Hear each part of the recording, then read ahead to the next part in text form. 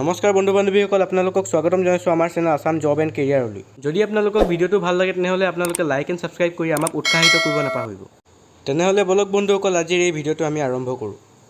আজি প্ৰথমটো গুৰুত্বপূৰ্ণ খবৰ হৈছে বন্ধুসকল, ক্ৰমাৎ উত্তপ্ত ৰাজ্যৰ নিৰ্বাচনী ৰাজনীতি, কোনে কাৰ কামিহাৰ ভাঙিব, সবিশেষ চাওঁ আহক। অসমত চলিব মিয়াৰ দাদাগিৰি, মিয়াৰ কামিহাৰ ভাঙিব নোৱাৰে মুখ্যমন্ত্ৰী হিমন্ত বিশ্ব শৰ্মাই। এইবাৰ হিমন্ত বিশ্ব শৰ্মাৰ কামিহাৰ ভাঙিব বদৰুদ্দিন আজমলে। হিমন্তক দিল্লীলৈ পঠিয়াই দিয়া হ'ব আৰু অসমত চলিব মিয়াৰ ৰাজত্ব।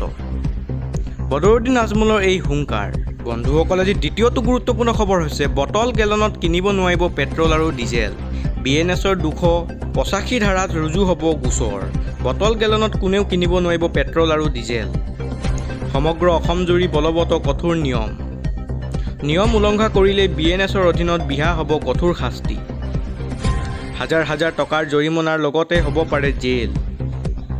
অসম চৰকাৰৰ মুখ্য সচিবে জাৰি কৰিলে জাননী, কোনো গেলন ড্ৰামত কোনেও মজুত ৰাখিব নোৱাৰিব তেল।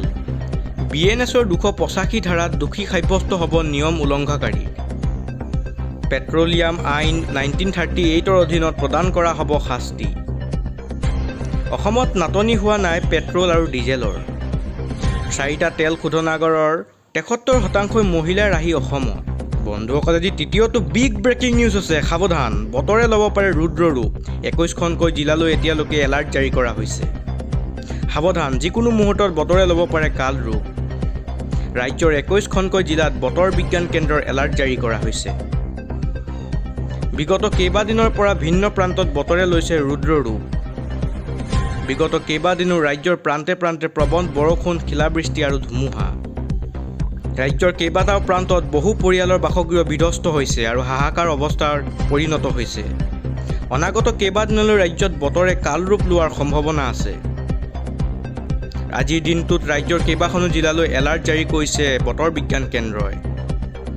10খনকৈ জিলালৈ অৰেঞ্জ এলাৰ্ট, লগতে 11 জিলাত য়েল্লো এলাৰ্ট জাৰি কৰা হৈছে ইতিমধ্যে। ধুবুৰী, কোকৰাঝাৰ, গোৱালপাৰা, চিৰাং জিলাত অৰেঞ্জ এলাৰ্ট জাৰি কৰা হৈছে। অৰেঞ্জ এলাৰ্ট জাৰি বৰপেটা, বঙাইগাঁও, বজালী, বাক্সা, নলবাৰী আৰু তামোলপুৰত। অন্য কেইবাখনো জিলাত জাৰি কৰা হৈছে য়েল্লো এলাৰ্ট।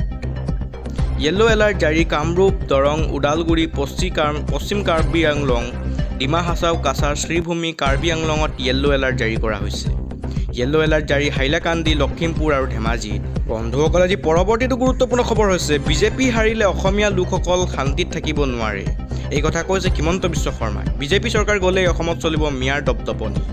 বিজেপি চৰকাৰ আছে বাবেই মিয়া ঠাণ্ডা হৈ আছে। বিজেপি গ'লেই অসমীয়াৰ বুকুত কামোৰ দিব মিয়াই। আমি জীয়াই থাকিবৰ বাবে বিজেপি চৰকাৰ লাগিবই। ভোটৰ বাবে মিয়াক চুমা খাই ফুৰিছে অখিল গগৈয়ে। ধুবুৰী আৰক্ষী অধীক্ষকক নিৰ্দেশ মুখ্যমন্ত্ৰী হিমন্ত বিশ্ব শৰ্মাৰ। হিন্দুৰ ঘৰত নিষিদ্ধ মাংস পেলালেই গুলী কৰিব লাগে। অসমত অসমীয়াই মূৰ তল কৰি চলিব নালাগে। সকলো হিন্দুকে একগোট হ'বলৈ আহ্বান মুখ্যমন্ত্ৰী হিমন্ত বিশ্ব শৰ্মাৰ। নামনি অসমৰ নিৰাপত্তাৰ বাবে বিজেপি আৰু AJPক ভোট দিবলৈ আহ্বান। নামনি আৰু মধ্য অসমত হিন্দুৰ অৱস্থা অতিকৈ বেয়া হৈ গৈছে। মুখ্যমন্ত্ৰীৰ নিৰ্বাচনী প্ৰচাৰ সভাত মিয়াক লৈ এই মন্তব্য মুখ্যমন্ত্ৰী হিমন্ত বিশ্ব শৰ্মাৰ। বন্ধুসকল, আজি পৰৱৰ্তীটো গুৰুত্বপূৰ্ণ খবৰ হৈছে আকৌ মাৰ, বৃদ্ধি পাব জীৱনদায়িনী ঔষধৰ মূল্য। পুনৰ বৃদ্ধি পাব জীৱনদায়িনী ঔষধৰ মূল্য। 5 ৰাজ্যৰ নিৰ্বাচনৰ সময়তে জনতাৰ ওপৰত মাৰ। 1 এপ্ৰিলৰ পৰা বৃদ্ধি পাব 0.65% ঔষধৰ মূল্য। 9 শতাধিক অত্যাৱশ্যকীয় ঔষধৰ মূল্য বৃদ্ধিৰ সিদ্ধান্ত লৈছে বৰ্তমান MPPয়ে। বৃদ্ধি পাব লগা ঔষধৰ ভিতৰত আছে পেইন কিলাৰ আৰু এণ্টিবায়'টিক। নেশ্যনেল ফাৰ্মাচিউটিকেলছ প্ৰাইচিং অথৰিটিৰ দাম বৃদ্ধিৰ সিদ্ধান্ত। আজি পৰৱৰ্তীটো গুৰুত্বপূৰ্ণ খবৰ হৈছে বন্ধুসকল, AIDFৰ লগত হাত মিলালে আছাছুদ্দিন ওৱেইছিয়ে। অসমলৈ আহি ওৱেইছিয়ে চলাব নিৰ্বাচনী প্ৰচাৰ। ৰাজ্যৰ ৰাজনীতিৰ ডাঙৰ খবৰ, AIDFৰ লগত হাত মিলালে আছাছুদ্দিন ওৱেইছিয়ে। AIDFৰ হৈ নিৰ্বাচনী প্ৰচাৰ চলাব ওৱেইছিয়ে। 2 আৰু 3 এপ্ৰিলত অসমত নিৰ্বাচনী প্ৰচাৰ চলাব আছাছুদ্দিন ওৱেইছিয়ে। বদৰুদ্দিন আজমলৰ পুত্ৰই সাক্ষাৎ কৰিছে ওৱেইছিক। কেইবাখনো নিৰ্বাচনী প্ৰচাৰ সভাত অংশ ল'ব ওৱেইছিয়ে। ওৱেইছিক সাক্ষাতৰ পিছতে আজমলে দিলে বাৰ্তা। বন্ধুসকল আজি পৰৱৰ্তীটো বিগ ব্ৰেকিং নিউজ আছে। সমাপ্তিৰ দিশে মধ্যপ্ৰাচ্যৰ যুদ্ধ। 6 এপ্ৰিললৈকে ইৰাণৰ ওপৰত আক্ৰমণ নকৰে আমেৰিকা যুক্তৰাষ্ট্ৰই। সমাপ্তিৰ দিশে মধ্যপ্ৰাচ্যৰ যুদ্ধ। মধ্যপ্ৰাচ্যৰ যুদ্ধক লৈ মাৰ্কিন ৰাষ্ট্ৰপতি ডোনাল্ড ট্ৰাম্পৰ এই ঘোষণা। 6 এপ্ৰিললৈকে ইৰাণৰ ওপৰত কোনো আক্ৰমণ নকৰে আমেৰিকাই। 6 এপ্ৰিলৰ নিশা 8 বজালৈকে যুদ্ধ স্থগিত ঘোষণা ৰাষ্ট্ৰপতি ট্ৰাম্পৰ। ইৰাণ চৰকাৰৰ অনুৰোধ মৰ্মে এই সিদ্ধান্ত লোৱা বুলি সদৰি কৰিছে ডোনাল্ড ট্ৰাম্পে। সামাজিক মাধ্যম এক্স যোগে যুদ্ধ স্থগিত ৰখাৰ কথা ঘোষণা ৰাষ্ট্ৰপতি ডোনাল্ড ট্ৰাম্পৰ। জুবিন গাৰ্গক ন্যায় দিবলৈ গৌৰৱ গগৈ ন্যায়াধীশ নেকি? জুবিন গাৰ্গক ন্যায় দিবলৈ গৌৰৱ গগৈ ন্যায়াধীশ নেকি? গৌৰৱ গগৈয়ে কেনেকৈ ন্যায় দিব উত্তৰ দিয়ক। জুবিন গাৰ্গক লৈ ৰাজনীতি নকৰিব কংগ্ৰেছে। কোনো চৰকাৰে ন্যায় দিব নোৱাৰে, ন্যায় দিব আদালতে। আমি আমাৰ দায়িত্ব চাৰ্জশ্বীট দি ইতিমধ্যে পালন কৰিলোঁ। গৌৰৱ গগৈয়ে কাৰ বাবে ইলেকশ্যন খেলিছে? ন্যায় কেৱল ন্যায়াধীশে দিব পাৰিব, চৰকাৰে নহয়। গৌৰৱ গগৈ কটাক্ষ মুখ্যমন্ত্ৰী হিমন্ত বিশ্ব শৰ্মাৰ। ৰন্ধন গেছ LPGক লৈ বিগ ব্ৰেকিং নিউজ। পুনৰ আহিল 24,000 মেট্ৰিক টন LPG। ৰন্ধন গেছ LPGক লৈ আহি গ'ল বিগ ব্ৰেকিং নিউজ। পুনৰ আহিল 24,000 matric ton LPG।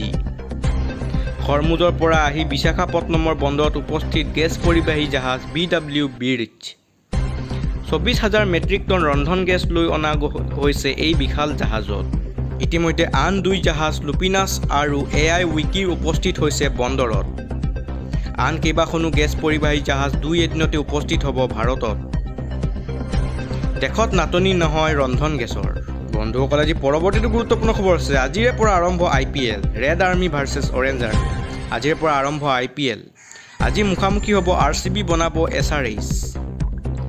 Defending champion RCBৰ বিৰুদ্ধে নামিব হায়দৰাবাদ। সন্ধিয়া 7:30 বজাৰ পৰা আৰম্ভ হ'ব ক্ৰিকেটৰ মহাৰণ। গুৱাহাটীৰ বৰ্ষাপাৰত এতিয়া চলিছে IPLৰ ব্যাপক প্ৰস্তুতি। গুৱাহাটীত অনুষ্ঠিত হ'ব ৰাজস্থান ৰয়েলছৰ 3খনকৈ মেচ। 30 মাৰ্চত বৰ্ষাপাৰত নামিব ধোনীৰ Chennai super Kings. Chennai super Kings বনাম ৰাজস্থান ৰয়েলছৰ মেচত উখল মাখল হ'ব গুৱাহাটী। 7 এপ্ৰিলত মুম্বাই ইণ্ডিয়ানছৰ বিৰুদ্ধে যুঁজত নামিব ৰাজস্থান ৰয়েলছ। 10 এপ্ৰিলত RCBৰ বিৰুদ্ধে খেলিব ৰাজস্থান ৰয়েলছে। আপোনাৰ প্ৰিয় টীম কোনটো কমেণ্ট কৰি জনাওক। শুভেচ্ছা। বন্ধুসকল তাৰ পাছৰটো গুৰুত্বপূৰ্ণ খবৰ হৈছে শিৱসাগৰত ভাগিল দিখৌ নদীৰ দলং। শিৱসাগৰত ভাগিল দিখৌ নদীৰ দলং। ভাগিল শিৱসাগৰৰ গেমন দলং। 37 নং ৰাষ্ট্ৰীয় ঘাইপথেৰে যাতায়াত সম্পূৰ্ণ বন্ধ হৈ পৰিছে। উজনি আৰু নামনিৰ যোগাযোগ সম্পূৰ্ণ বিচ্ছিন্ন। মেৰামতিৰ সময়তে ভাগিল গেমন দলংখন। ব্যাহত হৈ পৰিছে যাতায়াত। বন্ধ হ'ল যাতায়াতৰ মূল পথ। জনতাৰ মাজত এতিয়া হাহাকাৰ অৱস্থা। ভিডিঅ'টো চাই ভাল লাগিল যদি আপোনালোকে লাইক আৰু ছাবস্ক্ৰাইব কৰিবলৈ নাপাহৰিব। ধন্যবাদ।